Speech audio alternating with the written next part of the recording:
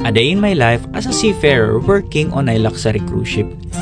Welcome nga pala sa ating hashtag Project on Board 101 Episode 2 kung saan ay subaybayan nyo ako simula Day 1 to Day 248 hanggang sa matapos ko ang kontrata. At pagbukas na ang gate ng connecting, then it's time to board. 24 hours before flight, pwede ka mag-check-in online at pumili ng sarili mong seat sa eroplano. Booking ahead of time is advantage kung gusto mo sa window seat para makita mo ang mga bansang dadaanan nyo. At kung matagal ka nang bumabiyahe kagaya ko, ay mas prefer mong sumakay sa front seat to have an extra leg room para makakapag-unat ka ng maayos. Lagi kang busog dito at all the foods and drinks are free. Sobrang ma-enjoy mo ang different varieties of food. Ito yung madalas na kulitan ng mga OFW kapag tinanong ka na kung chicken or beef.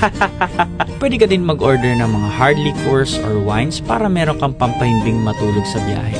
Ito nga yung 3D map na nakikita mo kung saang bansa ang gabi at umaga. So from Philippines, jumping to Dubai, and Dubai, jump to Miami. Halos nasa magkabilang mundo na ang layo. Tapos wala ka nang ibang ginawa kundi manood ng ilang movies, matulog, kumain, maglaro ng games sa screen, mag-edit, mag-stretching, umihi at kanya-kanyang diskarte kung paano magiging komportable matulog. And best time to apply the lip balm or petroleum jelly sa lips dahil dito na mag-i-start mag-dry ang lips. Pwede mo itago ang mga tirang snacks para may baon ka sa biyahe mo at hanggang sa makarating ka sa destination mo.